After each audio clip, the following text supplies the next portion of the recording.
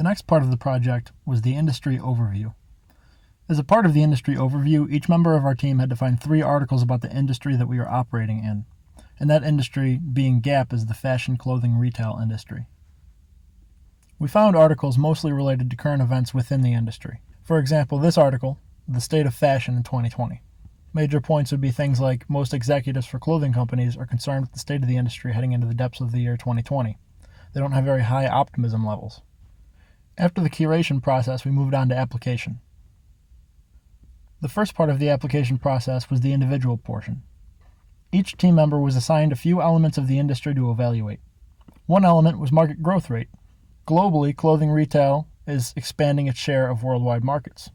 Demand has been on the rise for the past 5 years, and the global market revenue has increased. In terms of the geographic scope, one company, Inditex, is the world's largest clothing retail company, and it's headquartered in Spain. This major company has established their products in 56 different countries. H&M is the world's second largest clothing retailer.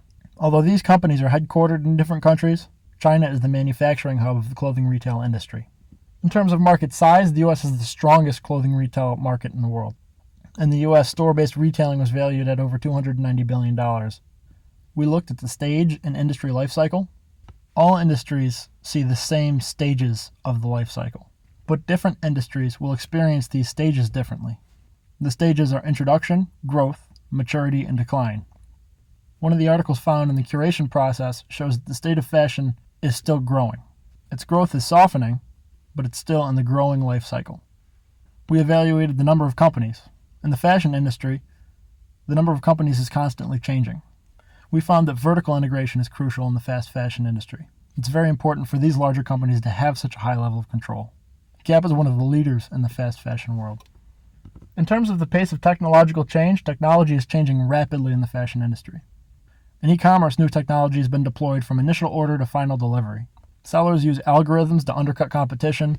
In ultimate consumer needs, retailers need to provide personalized customer service and offer integration between online and offline elements. Under product differentiation, it's very hard for any one company to stand out in this large market. The number of online retailers entering the industry is gigantic. The shift to online retail also puts pressure on brick-and-mortar stores. Customer service is becoming crucial because of this.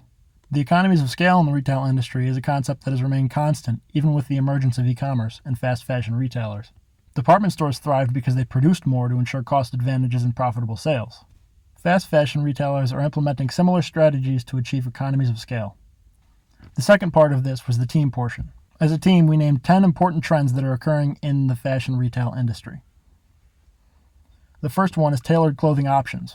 Offering differentiation in sizes has become more popular. Places like Target and Walmart offer plus-size racks and different clothing styles to appeal to different demographics. The second trend we named was returns and exchanges.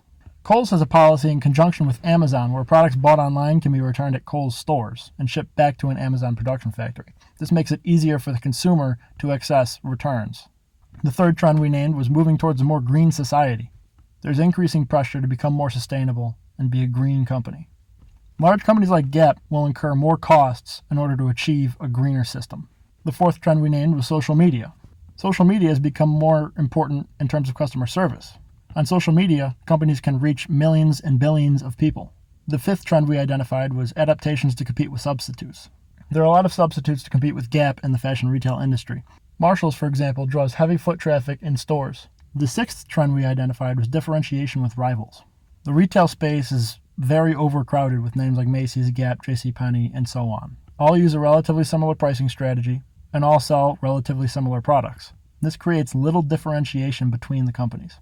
Improving customer experience is the seventh trend we identified. The better the customer experience, the more likely they're going to return and buy your product again. The eighth trend we identified was resale. Resale makes clothing more affordable and competes more with a company like Marshalls in price. The ninth trend we identified was brand name clothes. Especially in the day of social media, brand names have risen to a new level of importance. And the final trend we identified is data analytics. The use of data analytics to personalize the customer experience is on the rise. Tailoring the online shopping experience to the particular consumer increases the customer's satisfaction and makes them more likely to return to your store. We determined that these 10 trends are the most important in the clothing retail industry.